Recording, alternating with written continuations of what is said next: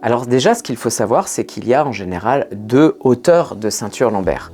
Des ceintures qui font 21 cm au niveau du dos et des ceintures lombaires qui font 26 cm au niveau du dos. Évidemment, votre taille rentre en jeu lorsqu'il faut faire le choix, mais ce n'est pas tout parce qu'il y a aussi vos activités quotidiennes. Sinon, ce que vous pouvez voir aussi, c'est que ici, on a une ceinture lombaire assez simple, vu qu'il y a une seule couche de tissu avec les balaynages, et puis des ceintures lombaires avec un serrage supplémentaire que vous voyez ici en orange et qui va servir à amener un effet particulier sur la ceinture qu'on appelle un effet sablier.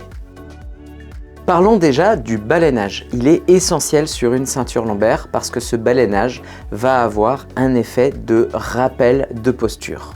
En fait, une ceinture lombaire va présenter plusieurs modes d'action, dont l'effet de rappel de posture, qui est un des plus importants que l'on peut avoir.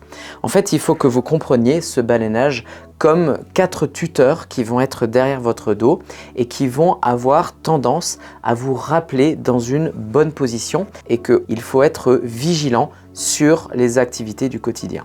Ces baleines, il est donc recommandé qu'elles ne soient pas trop souples, mais surtout qu'elles soient conformées à votre cambrure. La cambrure, c'est cette courbure de notre colonne lombaire qui est propre à chacun et donc le balaynage doit être parfaitement conformé pour s'adapter à cette cambrure, c'est très important.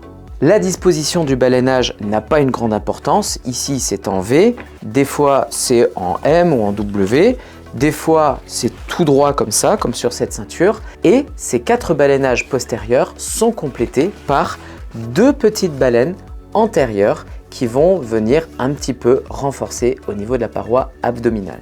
Donc première idée très importante, le balaynage qui doit être suffisamment rigide pour avoir un effet de rappel de posture, mais surtout correctement conformé pour pouvoir s'adapter à votre cambrure.